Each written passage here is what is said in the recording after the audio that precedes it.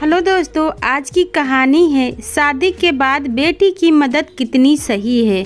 बेटा, ससुराल में सब ठीक है ना? दामाद जी का तेरे सास ससुर का सबका व्यवहार कैसा है? नवविवाहित बेटी रिया पहली बार मायके आई तो माँ साधना जी ने पूछा। हाँ माँ, सब ठीक है, बेटी बोली। कोई परेशानी हो तो मुझे बता सकती हो, साधना जी फिर बोली। वो मम्मी, वहाँ पर ऑटोमेटिक गैस चूल्हा नहीं है, वहीं पुराने फंक्शन का चूल्हा है, मुझसे वहाँ खाना नहीं बनता।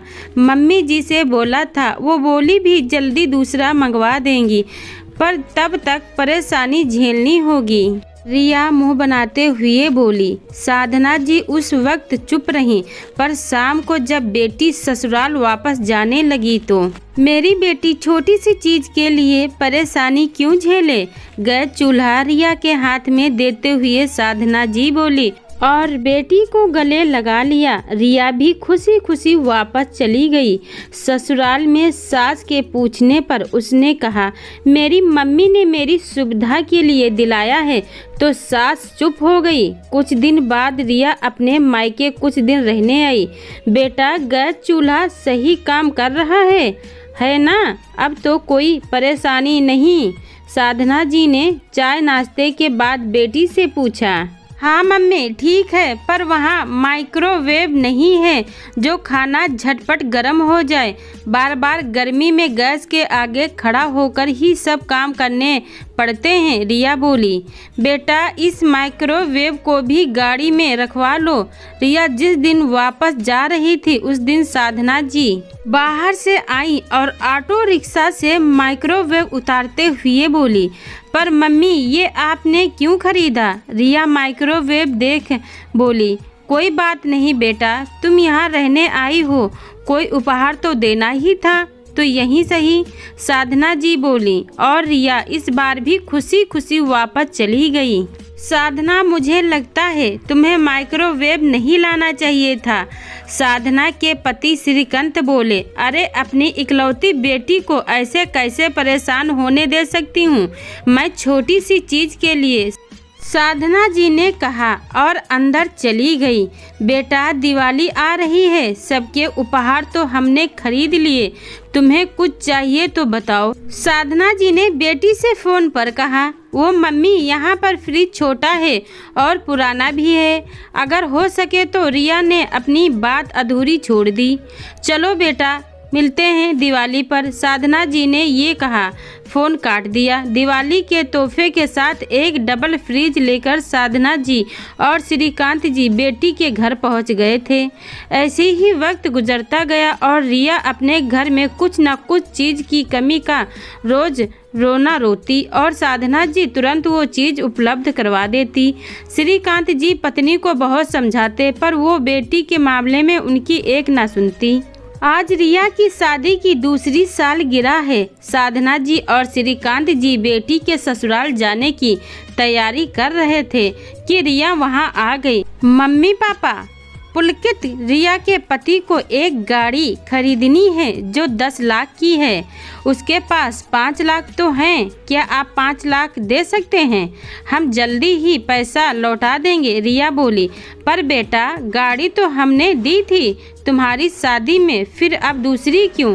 श्रीकांत जी बोले। पापा, वो तो सस्ती वाली है, पुलकित को लेटेस्ट मॉडल लेना है, रिया चहकती हुई बोली। लेकिन बेटा, इतनी बड़ी रकम का इंतजाम तो मुश्किल है।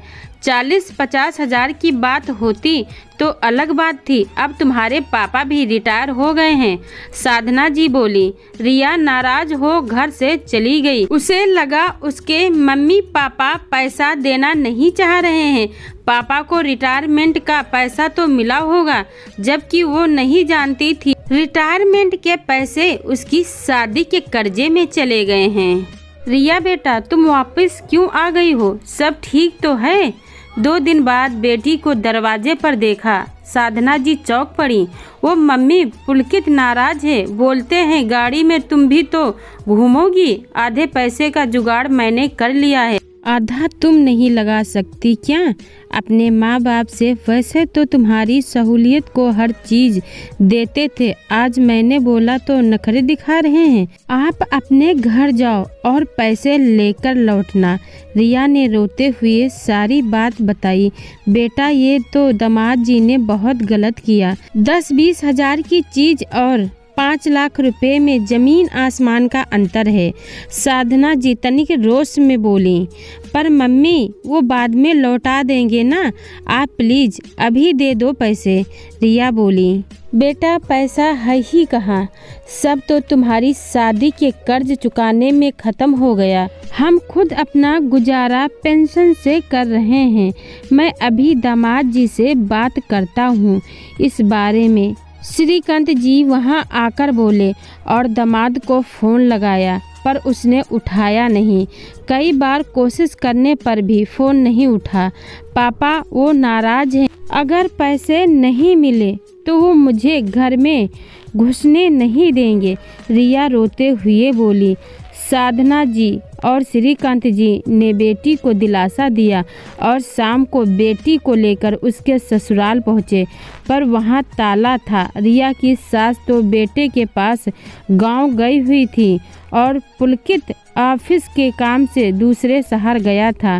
घर वापस आकर रिया अपने कमरे में जाकर रोने लगी, क्योंकि पुलकित ने उसे शहर से बाहर जाने का नहीं बताया था और अब वो फ़ोन भी नहीं उठा रहा था। काफ़ी दिन बीत गए पर पुलकित ने उसे फ़ोन नहीं किया।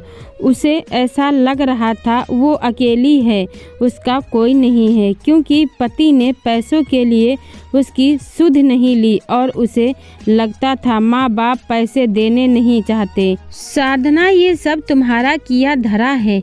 मैं तुम्हें पहले ही कहता था, यूँ हर बार बेटी की मदद करना ठीक नहीं। तुम्हारे बार बार बेटी को ज़रूरत का सामान देने से बेटी और दामाद जी को ये लगने लगा है हम कैसे भी करके उन्हें पैसे देंगे ही। आज जो तुम्हारी बेटी यूं घर पर बैठी है उसमें गलती तुम्हारी ही है। क्या हो जाता अगर वो साधारण चूल्हा इस्तेमाल करती, छोटा फ्रिज इस्तेमाल करती या बाकी चीज़ें ना इस्तेमाल करती? श्रीकांत जी पत्नी से गुस्से में बोले।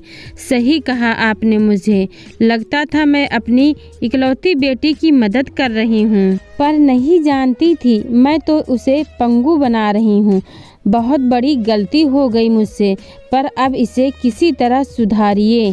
साधना जी दुखी हो बोली। चलते हैं कल समधिन जी के पास, मुझे यकीन है वो पुलकित को जरूर समझाएंगी। श्रीकांत जी बोले।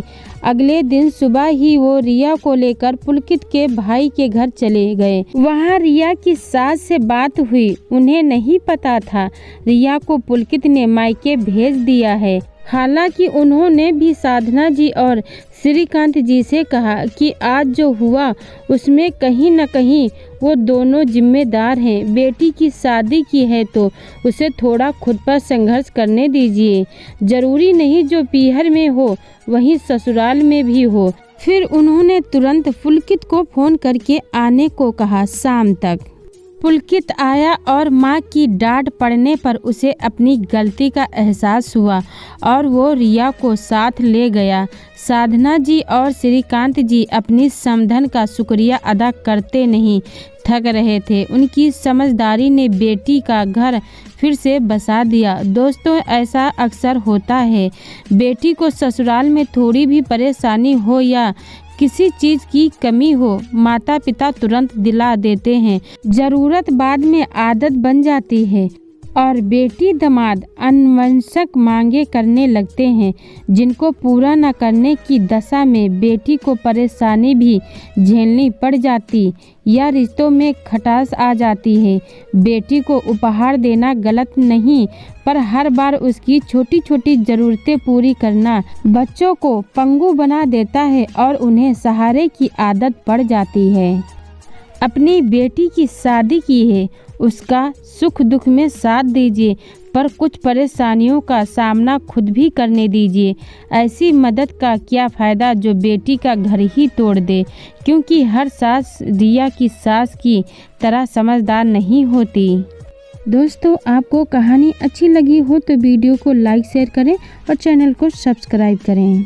वीडियो को पूरा देखने के लिए बहुत बहुत धन्यवाद दोस्तों।